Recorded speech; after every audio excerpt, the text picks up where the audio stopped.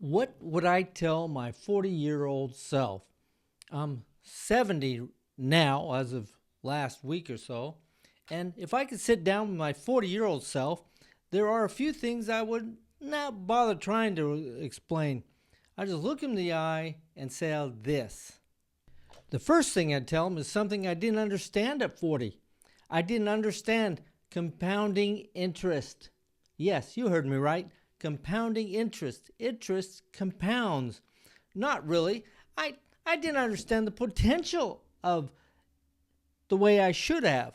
And I don't want to make this all about make $1 million, as all the online guys are always tell this is how you get $1 million by the time you're 65.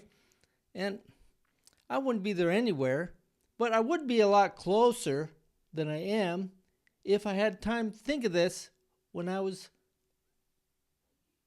40. All those money guys, they keep saying the same thing.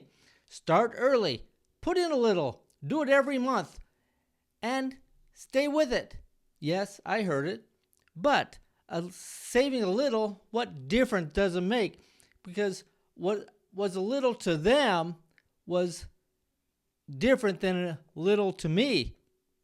They would say like $100 or $200 and put in this much.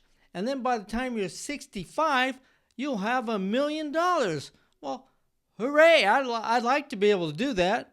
But the reality is the same policy works for $100 as for $10 a week in a decent interest, say 10% for 30 years, you would have about $90,000. Think about it. I'm 70. If I see when I was before I was 40, I didn't have any money. I had kids, money, all kinds of things. But by the time I was 40, I did have the ability, but no, I did not. I thought doctors were like mechanics. You break something, you go, you get it fixed. I had a broken arm, you fix it. Broke a leg, you fix it. Another broken leg, yes, yeah, I had a couple of them. I was the deep skier, and but anyway, at the time I thought I was healthy. What I couldn't see is what you can't feel. I had an appointment, and I don't know why I did, but I went to the doctor, probably for a job, but the doctor asked me a question. He says, has your doctor ever asked you about your blood pressure? I said, no. He said, well, keep an eye on it. What I didn't say was, I don't have a doctor. I lied. I said I would. I thought blood pressure, that's an old person's issue. I found much later that my grandfather, who I never knew, died from a stroke when he was 54. My blood pressure was climbing, and I didn't even know it. Until one day, it wasn't just a number anymore. It was a stroke. See, blood pressure is quiet, but it doesn't stay polite. Now I ask people all the time, how's your blood pressure? And see, if you're 40 and under, you're probably good to check it once or twice a year and you'll be fine. And you get older, check it a couple times a year. About 40 maybe once a month. But after that, don't guess, ask your doctor. And yes, you should get one. If you've ever been through a stroke, you don't ignore numbers anymore. You measure them.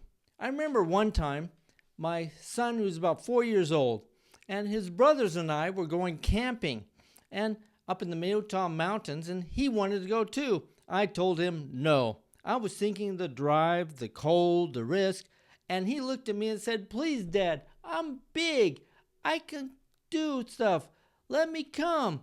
I can see it now. those big blue eyes, just wishing and hoping I would say yes. And that time, I did. I said, "You're right. You are big enough. Let's get packed." We had a great time. I still remember crossing the creek on a simple log, and I was scared. He was not. But here's the thing. That's one story where I got it right. I can tell you other stories where I didn't. Times I worked when I should have been home. Times I was too tired or too busy on something important. And I didn't take a few minutes to watch or just talk. And here's what I've learned. It doesn't matter how much time you're giving. It probably needs to be more, not later, now. And I'm not saying that with judgment. My kids are all pretty much grown up, and they're own parents of their own, and they're fantastic parents. And they're doing a thoughtful, wonderful job. But if I could sit down with a 4-year-old Qualvik, me, and say, "Hey, you think you got time. You don't realize 70 is right around the corner. So don't assume it's there. Show up while you can." The strange thing is, none of us was hidden from me.